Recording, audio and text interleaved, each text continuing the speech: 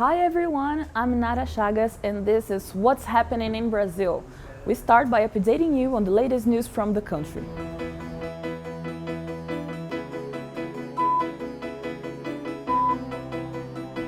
The landless workers' movement sent 2 tons of food to the victims of Israeli attacks to the Gaza Strip in recent weeks. The first shipment left Brazil on October 30th in a Brazilian Air Force airplane with rice, corn flour and milk produced by rural families. Other products are ready to be shipped. Meanwhile, Brazilians who are in the Gaza Strip trying to escape from the war were not included in a repatriating list made by Israel. Again, US citizens, a country allied with Israel in the war, were privileged. There is a suspicion of retaliation since Brazil's position of asking for a ceasefire in the region goes against the Israeli stance. President Lula enacted a law that creates a special pension equal to 1 minimum wage for orphans of femicide victims. The measure aims to benefit children and dependents under the age of 18 on the day their mothers died. According to the president, quote, "We must guarantee victims that their kids will not be abandoned by the state." End quote. Brazil finished this year's Pan American Games achieving its best results in history. The country won 66 gold medals, which places Brazil only behind the US. In total, Brazil got 205 medals. The best results the country had before this year's edition was the 2019 Pan American Games in Lima, Peru. Brazilian athletes had won 54 gold medals and went to the podium 169 times. This Sunday, the application of the National Higher Education exam, known as ENEM, started. The exam works as a way for thousands of students to go to college. About 2.9 million people registered this year. The biggest worry was the theme of the essay, which proposed to talk about the invisibility of care work carried out by women. Next Sunday, students will take the final stage of the test.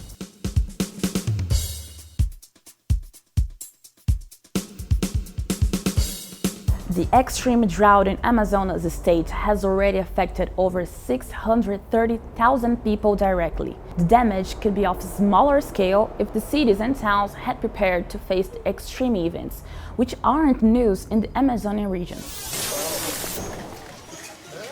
In October, the historical drought affecting Amazonas state isolated residents, leaving them without water, food, medical care, and education. Just 2 years ago, the same Amazonia basin faced the opposite drama, a record flood which affected whole neighborhoods and communities. In 2010, the climate disaster was, once again, an unprecedented drought. It was surpassed only by the current one. However, according to the Amazonas Public Ministry of Accounts, none of the state's 62 cities and towns have prevention plans against climate disasters. This year, the agency sent representations to 60 municipalities in Amazonas for alleged failure to combat climate emergencies. Infelizmente, isto não há no Brasil. Unfortunately, there isn't this kind of measure in Brazil, especially in the Amazonas state.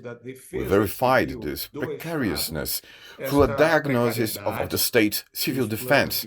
They found problems from contingency plans to respond to disasters to the lack of a plan aimed at risk management, which implies action not only by the civil defense, but by the entire local administration in order to coordinate actions to avoid harmful results. The legal Amazon occupies 60% of the Brazilian territories, but concentrates only about 770 cities and towns. Brazil has over 5,000 cities. The city of Barcelos, Amazonas state, one of the most affected by this year's drought, is as large as Ceará state. The size of Amazonian cities, coupled with the lack of resources and infrastructure in city halls, makes it difficult to carry out preventive policies. Poderia, sim, evitar. You could have avoided greater suffering if, in the light of science, We had removed isolated communities in advance and provided them with food so they did not perish without supplies. Think about navigation through dredging, but done in a planned, sustainable way. Ultimately, they are really working on measures that require time to execute and therefore need to be planned. This year, in Amazonas state alone, over 630,000 people were directly affected by the drought. The lack of rain is expected to last until January, increasing the number of residents affected. The Yaleta Research Association, which follows the execution of public policies against extreme climate events, warns that most of the people affected by climate events are indigenous, black, poor, and living in poor areas. The association argues that protecting these residents is as important as decreasing deforestation. Como a gente pode ter tanto recurso para monitorar How cada can we árvore? have so many resources to monitor Como a every agenda tree that global falls in pode the ser tão Amazon? preocupada com isso? How can the global agenda be so E as concerned pessoas about estarem it, nessas but people condições de vida continue na cidade, living under né? such conditions in Essas city? são The way a of looking at things ótica precisa must mudar change. nesse campo. Investments É in cities with up to investimento 50,000 para esses inhabitants municípios de must 50 be mil made. habitantes. There has to be a good plan for the Campo recovery sem of isso tudo, riparian, bom urban and plano rural de forests. recuperação de If this marcas reality ciliares isn't urbanas the e starting rurais, point, se what we essa are doing is realidade não just for expert ponto de talk partida, and a not gente está projecting something that projetando actually needs to conversa be de done. especialista.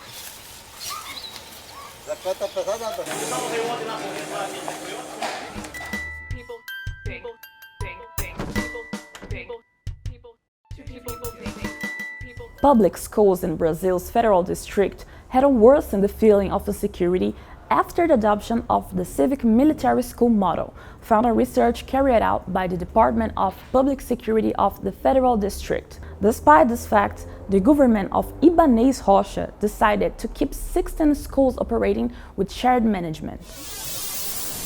Research carried out by the Department of Public Safety of the Federal District shows that the feeling of insecurity within the so-called civil-military schools has grown. According to the research, in 2019, the feeling of insecurity was 11.18% among teachers, 10.2% among students, and 1.25% among servants. In 2022, these numbers increased to 11.47% among teachers, 19.15% among students, and 3.45% among servants. Quando você leva a questão da militarização para dentro das escolas, When militarization is brought to schools, you are bringing principles and rules from an area incompatible with education, which is the military area.